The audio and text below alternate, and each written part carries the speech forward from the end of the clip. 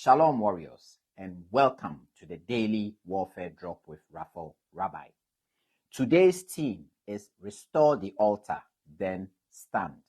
And scriptures are coming to you from the book of 2 Kings chapter 18, 2 Chronicles chapter 29 through to 31, and Psalm 48.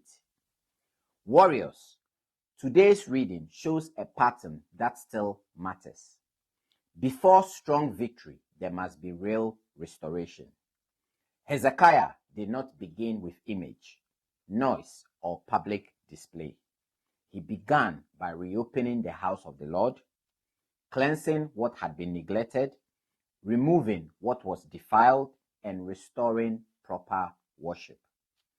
Warriors, that is warfare in the right order. Many people want God's help in crisis, but they do not want to deal with what has been out of order.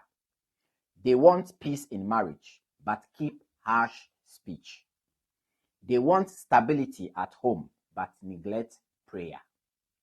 They want blessing in work or business, but keep quiet dishonesty, greed, or shortcuts. They want freedom, but still protect hidden bondages.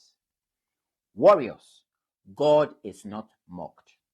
If the altar is neglected, weakness spreads. Fellow soldiers of Christ, answer this in your heart by the Spirit. What in your life needs to be reopened, cleansed, or removed? Is it your prayer life? Your private habits? What you watch on your mobile phone? Your home atmosphere? Your integrity at work?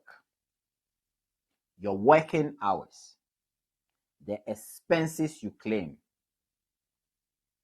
Be honest, because restored worship is not only singing, it is bringing your whole life back into order before God. Now, Psalm 48 lifts the vision higher. God's city stands because God is in the midst of her. That means true stability is not built on appearance first. It is built on God's presence, God's order, and God's honor. As a father, I've learned this. Atmosphere does not shape itself. If you do not set it intentionally, something else will. Spiritually, the same is true in your life and your home. Now, let's make it practical. Reopen one neglected area today. Prayer, worship, scripture, obedience. Remove what is defiling your peace. The content you watch on your mobile phones. Your habits, your speech, your secret compromise. Restore honesty in work, your money affairs, and relationships. If your home feels heavy, lead a reset with humility and prayer. Honor God first, not after the crisis grows, and it becomes personal. If peace matters in God's city, it must matter in your life and your nations. Here is today's warfare truth. When the altar is restored, strength returns and covering holds.